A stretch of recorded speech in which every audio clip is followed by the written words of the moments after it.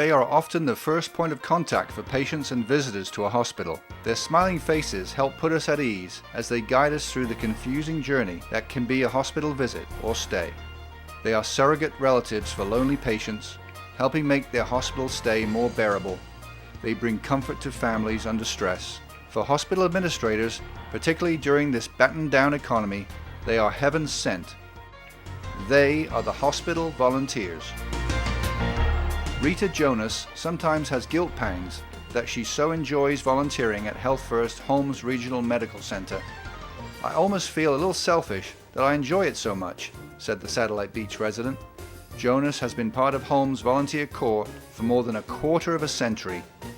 The versatile Jonas has helped in many capacities, from leading tours and as chair of special services, helping exceptional education students settle into their jobs at the hospital. For many years, Jonas helped out at surgical intensive care and the GI lab waiting rooms.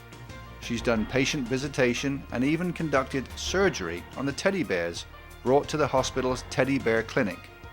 "The children would bring their broken teddy bears and we would fix them," says Jonas. "The children loved it." Her husband Art also volunteers at the hospital, helping with patient discharge procedures. "He tells me he decided to volunteer just in order to get to see me more," jokes Jonas. 2 knee surgeries plus countless other hospital stays for her husband and herself sold Pari Girton on the idea of volunteering for Health First Cape Canaveral Hospital. Girton estimates that she spends at least 3 hours a day volunteering at her favorite hospital, where she leads approximately 100 volunteers who help the hospital and its patients with transportation needs. Her corps of transportation volunteers ranges from high school teens to retirees in their 9th decade of life. When a volunteer must bow out from an assignment, Girton usually steps in. "Pari is the most dedicated volunteer," says volunteer coordinator Dolores Cross. "She is here 4 and 5 times a week and often puts her life on hold to help. Anything we can do to serve the community makes me feel good," says Girton. "The patients are so appreciative of what we do for them. Just to see them smile is reward enough for me." For Sandy Williams, Director of Volunteers and Senior Services at Wusthof, Mary Jo Straw is just what the doctor ordered, a hard-working, committed volunteer who is there for the long run. "She's been with us from day one," says Williams. "She does so much, visiting with patients, restocking the nutrition room, making beds if needed, and training new volunteers."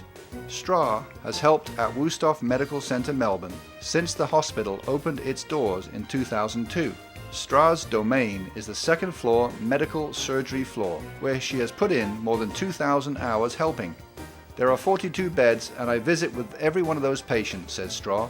"Some of the patients need encouragement and others just need a good ear to listen. I'm there for whatever it takes to help," says Straw. "It is extremely rewarding for me. Almost every day you meet wonderful people." We can all learn about caring for others, not to mention investing, from Stephen Towers, who parlayed a $5 bill into a brighter day for many staff members at Health First Vieira Hospital. As part of the hospital's Small Acts of Kindness program, Towers was handed a $5 bill and asked to make someone's day better with it. He took it to the next level and was able to make those $5 multiply, says Debbie Helton, Manager of Patient Relations and Volunteer Services at Health First Vieira Hospital. At last count, Towers grew the $5 to $160 and used it to make little gift packs to brighten the day of staff members going through rough spots in life. Health First Vieira Hospital enjoys an outstandingly high ranking in patient satisfaction, in part because of volunteers like Stephen Towers. You could say that volunteering at Sebastian River Medical Center runs in the family for Romain Thompson and her daughter, Sandy McEwen. The mother and daughter team is a fixture at the hospital's gift shop, for which Coordinator of Volunteer Services, Anthony Gabriel, is extremely grateful. In 2010, McEwen was honored by Space Coast Medicine for her efforts, and now it's her mom's turn to be honored. Their work at the gift shop is particularly important because proceeds from shop sales are channeled to worthy charities in the community. Thompson, who volunteers 4 days a week, is proud to be part of the gift shop team, for her store even attracts customers from outside the hospital family. It's great that all the profit goes back to the community. We donate every penny. The gift shop does a lot of good for a lot of people. So how does having your own daughter as your boss work out for Thompson? We get along great, she says. We are a team.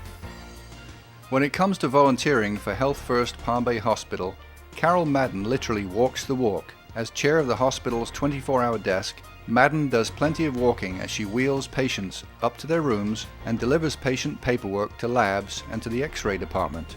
There's quite a bit of walking, but I don't mind it at all, says Madden, a Palm Bay resident who has clocked in close to 5,000 service hours in her 6 years with the hospital. I never get tired of walking. For many patients, the 24-hour desk is their first point of contact with the hospital. Volunteers like Madden provide the smiling faces and sympathetic hearts that help to soothe the stress that is often part of a hospital visit. One patient may have unknowingly given Madden the finest of compliments. Somebody once tried to pay me for my help, she says. He couldn't believe I was working for free. Karen Johnson's eyes light up when she speaks of John Stern, one of the volunteers at the Veterans Administration Clinic in Vieira. He offers his time freely, says Johnson, the clinic's voluntary service specialist. An Army vet and a maintenance engineer at the Cape and at Patrick, Stern had retired but wanted to use his newly found freedom to help others.